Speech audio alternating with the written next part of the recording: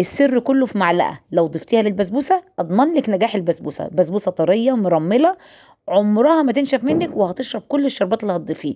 تعالوا نسمي بالله ونقول اللهم صل وسلم وبارك على سيدنا محمد. ومعايا هنا ربع كيلو من سميد البسبوسه، الدقيق بتاع البسبوسه اللي بتجيبيه من العطار. الطريقه دي مش للكياس، الطريقه دي للطريقه للبسبوسه العاديه جدا اللي بتجيبها من العطار. معايا ربع كيلو، وهبتدي اضيف له معلقه واحده بس معلقه زي الهرم من الدقيق.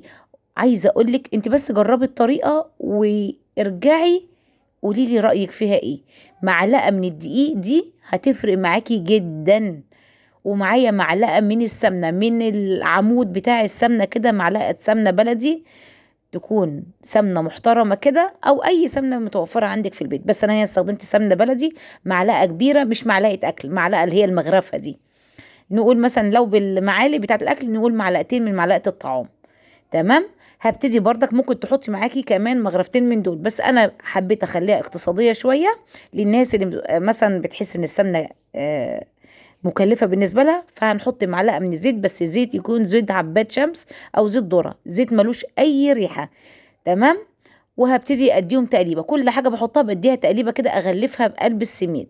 وابتدي احط التاني مكون معايا هيديها طراوه، وهي معلقه صغيره، معلقه شاي ممسوحه من البيكنج باودر. هبتدي بقى كده خلطت كل حاجه، وابتدي اخلط زي ما انت الناس شايفه بنفس الطريقه دي، واركنها على جنب. تعالي بقى نحضر خليط كده. هاخد ربع كوبايه من السكر، ربع المج العادي الفرنساوي اللي موجود في كل بيت، وهاخد كوبايه الا ربع من اللبن.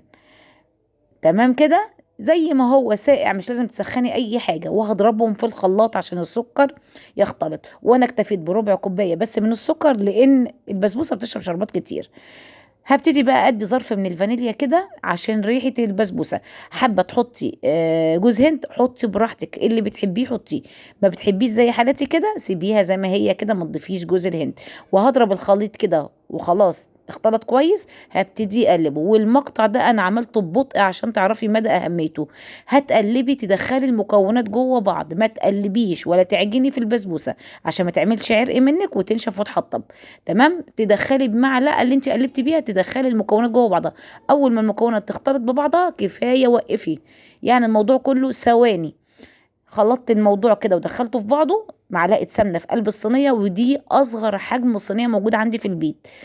حباها يعني مثلا هتطلع معايا سمكها مش تخين ومش رفيع، معقول سمك البسبوسه. حباها اتخن شويه من كده، خليها صغري حجم الصينيه. يعني الصينيه دي نقول الثلاث صواني اللي جوه بعض بتاعت البسبوسه، دي اصغر واحده فيهم. هتطلع معايا المعيار مظبوط جدا، وسمك البسبوسه حلو جدا. دي خبطتين كده وتحطيها على الرف الاوسط، يكون الفرن سخن قبليها، وتحطيها على فرن درجه حراره 180 ل 200 درجه، وعلى الشبكه اللي في النص لغايه ما تاخد لون من الاطراف. فرنك حامي كويس، حماها كلها واداها كلها لون واحد زي الفل. اطرافها بدات تحمر معاكي ولسه وشها ابيض، ولع عليها الشوايه ثواني كده لغايه ما تاخد اللون اللي انت عايزاه، واطفي عليها وما تخليهاش تاخد فتره طويله جدا جوه الفرن. اول ما اطرافها تحمر معاكي كده زي الفل، ابتدي ولعي لها الشوايه. تعالي نحضر مع بعض الشربات. الشربات معايا مج من السكر، وده مج كبير شويه، يعني بياخد مثلا لو المج العادي معاكي بياخد 200 جرام، ده بياخد 250 جرام. حطيت له كوبايتين بنفس المعيار، كوبايتين من الميه وعصره ليمونه. تعالي بقى الناس اللي بتسكر منها الشربات، حضرتك عشان تضمن ان هو ما يسكرش معاكي تغطي لي الحله على نار عاليه في الاول، بعد كده تهدي عليها النار. بخار الميه، لو انت بيبتدي يطلع بخار الميه كده من على الحله من فوق، يبتدي ينزل كل سوائد السكر اللي بتطلع للناس اللي بتشتكي من ان السكر معاها بيسكر. تمام. دي اضمن لك طريقه حلوه جدا للشربات. تعالي بقى اسقي الكنافه بالشربات، ولو انت حابه تزودي كميه السكر عن كده براحتك جدا. تمام. هتشرب معاكي الشربات كله في ثواني، مجرد ما بتسقيها بتشربه. حتى لو قعدت شويه ما شربتوش، يعني من اول ما تحطي كده فيه شويه شربات ما تشربوش، هيشربوها مباشره. عايزه اقول لك انجح طريقه، انا عايزاكي تجربي الطريقه دي وترجعي تقولي لي قسما بالله ان البسبوسه لو انت بتفشل معاكي وبتبوظ منك وبتنشف وبتحجر، انسي الموضوع ده تماما. هي السر كله في المعلقه اللي هتضيفيها دي، اضمن لك بيها بسبوسه اكتر من روعه، روعه جدا جدا. والله العظيم الطريقه تعجبك جدا، بس يا ريت تجربيها. ولو عجبك الطريقه اوعي تنسينا بلايك واشتراك في القناه، وتعملي شير الوصفه علشان خاطر الكل يستفيد بالطريقه. تمام. واحلى طبق بسبوسه، وكل سنه وانتم طيبين، ويعود عليكم الايام بالخير يا رب العالمين، ويجعلوا شهر مبارك عليكم وعلى كل امه الاسلام وكل الامه العربيه.